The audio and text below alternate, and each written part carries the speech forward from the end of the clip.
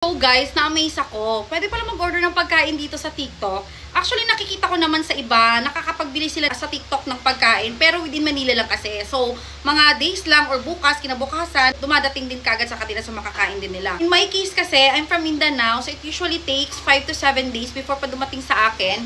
But this one is not chichirya lang siya. So, na-amaze na ako. Meron talaga, pwede makapag-order. Tinry ko tong chips nila. Actually, in-order ko to supposedly para sa school nila Macy. Pero tapos na yung event at syempre naglindol dito sa Davao. Sunod-sunod yung lindol at napakalakas. So, hindi mo na nakapag-continue yung event sa school hanggang sa stop nga talaga siya. Totally dinismiss na. Ngayon, na-try ko to dito. Macy, eto na yung nantay mo. Actually, nakalimutan ko. Ano pala ako nito nag-order? So, hindi ko alam. Lahat kasi ng mga product na dumadating na hindi ko pa nabubuksan is nasa labas lang kasi kailangan pa po na ma-disinfect. Kailangan pa po na ma-alcohol. Hindi pwede may pasok. Ganun kami ka-ate kapag may baby kami. So, ngayon, eto, we have Happy Club Potato Chips. So, eto sana yung gagamitin niya. Pero, since wala na, tayo na yung kakain dito sa bahay. Hindi ko alam kung anong gagawin nila with the chips. But, let's try this one. Ayun yung magpabukas, girl. Kaya gagamitan natin siya ng ayan.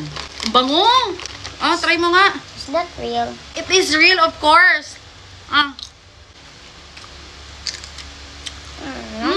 Masarap siya. Naku, pwedeng gamitin pag mag-movie marathon kayo. Pero medyo matagal-tagal dumating. Kaya kung mag-schedule kayo ng movie marathon, make sure to order in advance. Bumili na ng marami para may stock kayo. Diba? You like it? How was it? Tastes good? Yeah. Yan. Kung curious kayo, i-check out nyo na, bookbang kayo, kasama pamilya nyo, anak nyo, mag-movie marathon kayo. Ilalagay ko sa yellow basket.